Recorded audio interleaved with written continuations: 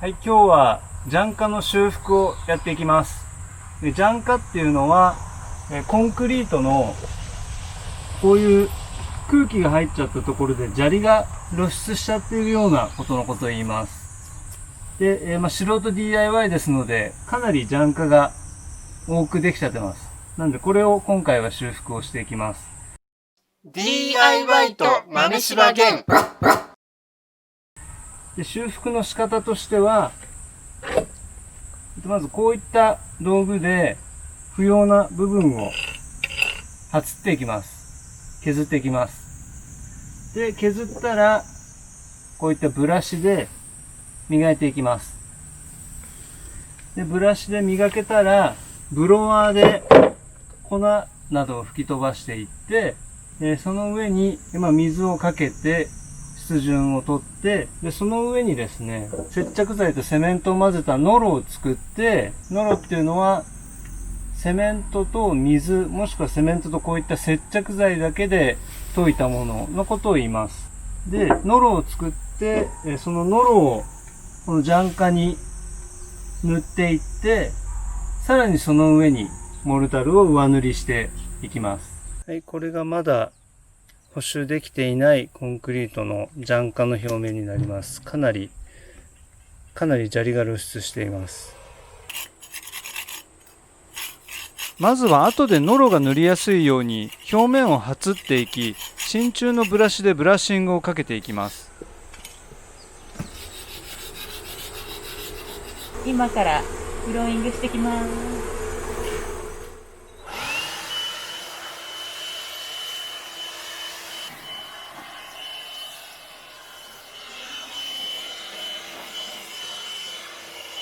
ジャンカ、これから修復していきます。ジャンカが結構多いですね。多いです。思ったよりもかなりありますね。はい、これから、一つは、セメントと砂を、攪拌してモルタルを作ります。で、もう一つはセメントと、接着剤を作ってノロを作ります。セメントを扱うときはビニール手袋を忘れずに。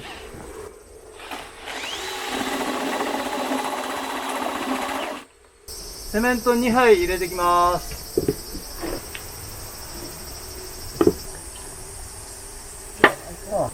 はい、セメント2杯に対して接着剤1杯入れてきます。いいかな？いい？混ざんのかな、本当に。ね。接着剤足りないんで、接着剤足していきます。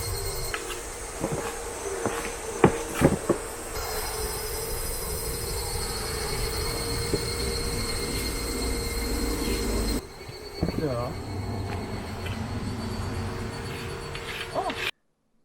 接着剤で混ぜ合わせたノロをまず塗布することで、この後のモルタルの上塗りの貼り付き方が全く変わってきます。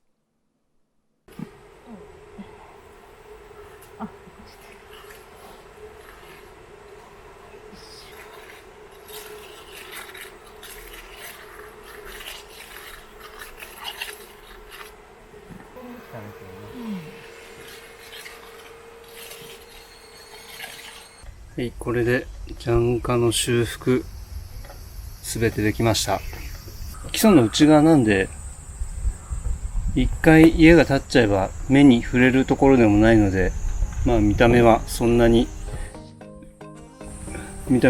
気にしないでやりました。はい、こんな感じで。強度に問題がなければいいかなという感じでやりました。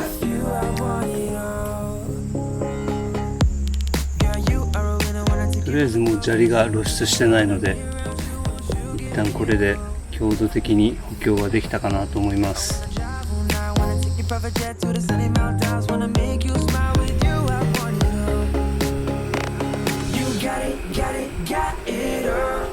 Your body to your smile, want you to my own. And I just had to let you know. Come and bring it here, 'cause I want it all. You gotta got it all. Just had to let you know. Got it all. Just had to let you know. DIY と豆柴ゲンチャンネルです。チャンネル登録お願いします。では次の動画で会いましょう。またねー。